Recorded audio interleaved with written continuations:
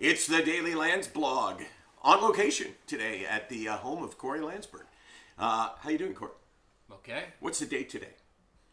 We do this every time, and I screw it up every time. Okay, this is, you take today's date. I'm not looking anywhere other than at the Case is not holding her hand up. It's the 5th, right? The 5th of January, 2019. Yeah. How you feeling?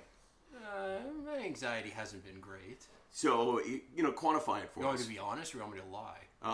Feeling great. No, I want you to be honest. No, I haven't been great in the last couple days. I think you know that I do this thing where everything is worst case scenario. So I had like some swelling in my tonsil.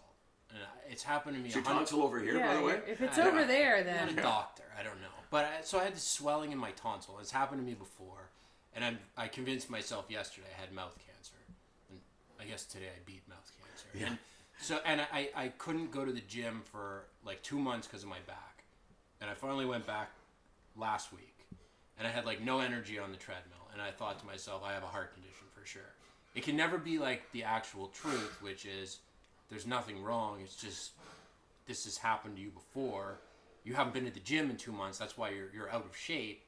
Or your mouth is swollen because of whatever, but it's not mouth cancer. I can never do that. There's actually a word for it.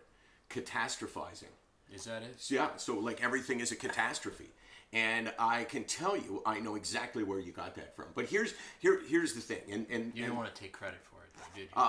Because you moved on pretty quickly. No, but here's the thing about it. And I really like what you did. It's not that you didn't have mouth cancer.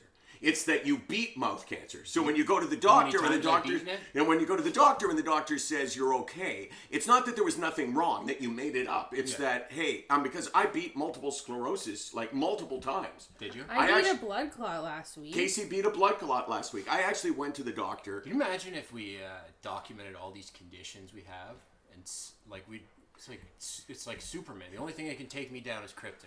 The mind is incredibly powerful, where you can be absolutely convinced of something that somehow you form a whole argument around it, right? Yeah. It's like, okay, well, it couldn't just be this minor thing, or it couldn't just be irrelevant. You start to really reason it through, and you come up with all these reasons why why you're really sick. Yeah, and the problem is that when you suffer from anxiety, you can't make sense of what everybody else can make sense of. You don't have this buffer in your brain which tells you to stop. Just stop thinking like you're dying, because you're not. You don't have the ability to make common sense work. And that's a problem. And I've dealt with it my whole life, and I'm sure I'll deal with it longer. And I mean, who knows how long my life will be if all these things come true, right? But I have to realize that if this is happening again, and it's happened to me probably 10 times where I've had swelling back here, and it's just like, I don't even know what it is, but it's not a problem. I can't convince myself. I got a story for you, but I'll tell you tomorrow. And I'll tell you, how I've come to be a little bit better at dealing with this stuff. SickNotWeak.com, 24 hours a day, 364 days a year. We're here because who else is going to entertain you with stories of hypochondria like the two of us?